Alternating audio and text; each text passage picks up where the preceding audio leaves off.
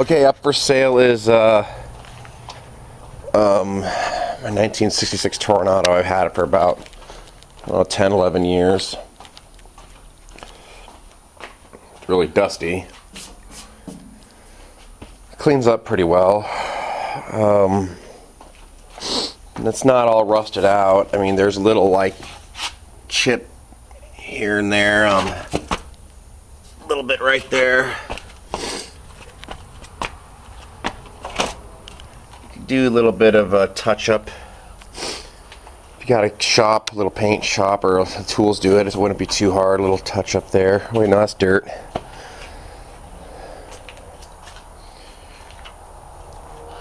I've been sitting in this garage for about 6 years.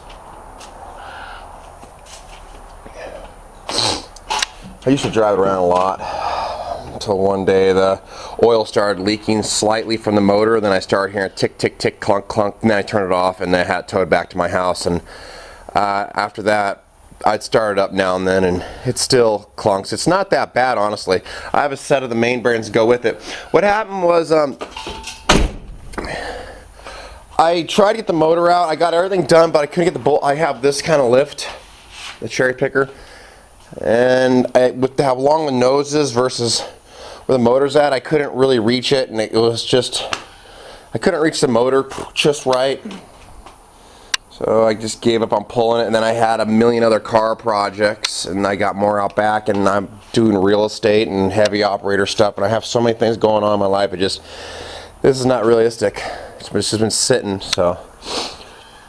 No, this motor does run. I got everything. I got everything that I took off, and it's pretty basic put back together. I mean, once you put the radiator in, the headers on, just put the bolts back through the columns, and then yeah, it's pretty basic. There's the set of the main bearing. Just pull the sucker, put it on your deal, turn it over, and change the mains out. The antenna was broke. It's not the original antenna anyway. The original antenna was kind of came up and down, so I got another antenna here to go with it. The antenna was bent off, and the hood's over here. You clean this thing up, touch up the paint, and then get your buffer wheel out and buff it up, and it'd be good enough. Right here's a little rust. That happens on a lot of the older cars. The water collects here. That might take a Dremel that out, and then put some bond in there, SMC, fill it in, and then smooth and paint over, because that's kind of stuff that comes from the bottom out. Use a handle taken off some material. I'd do the carpet. It's just really old, like you see where the feet were worn this out, but the carpet is there. I mean, it's tolerable if it really needs to be. Could use a seat. So the seat, that door's good.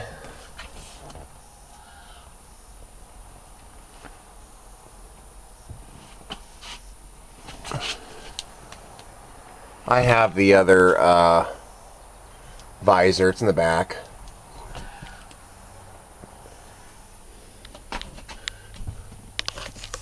I guess the heat from the years just separated this.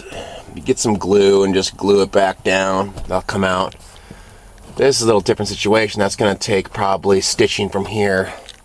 And same thing there.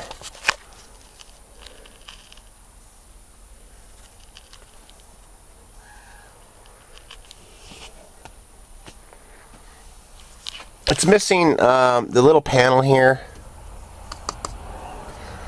There's a guy that has a Tornado here in town. I'll see if I can get one, put the panel back on there. There's no rust in the... I could use just a little bit of touch-up right here.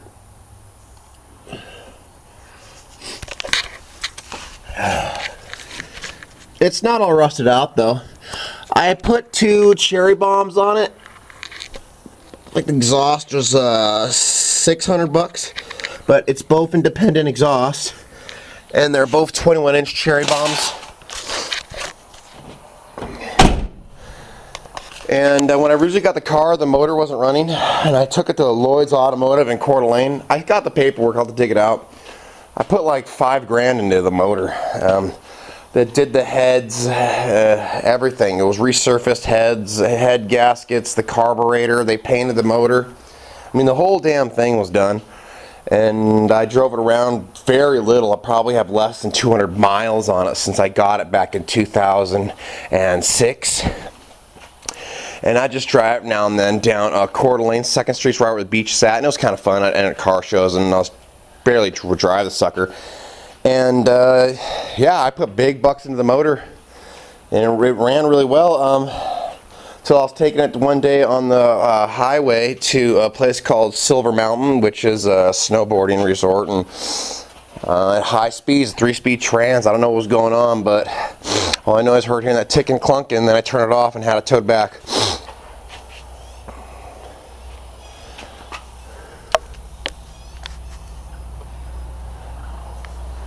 Oh yeah, it is what it is. A little bit of rust there.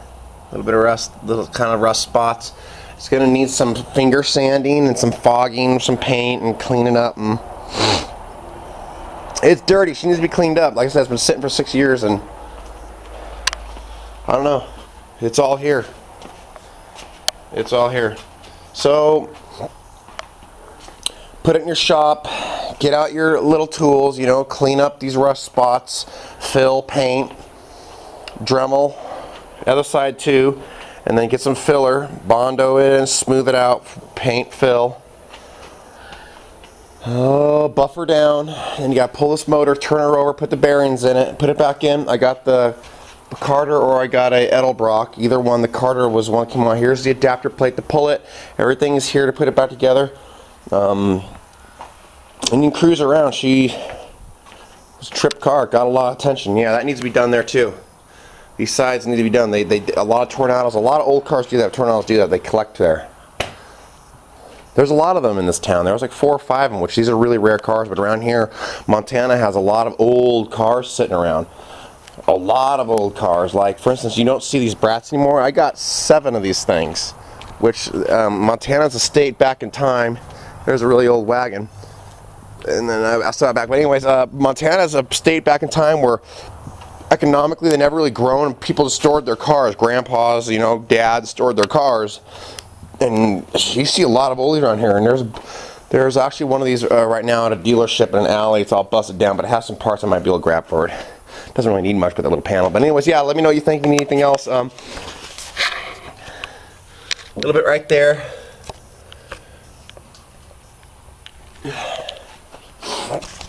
Hard to get to it in this side.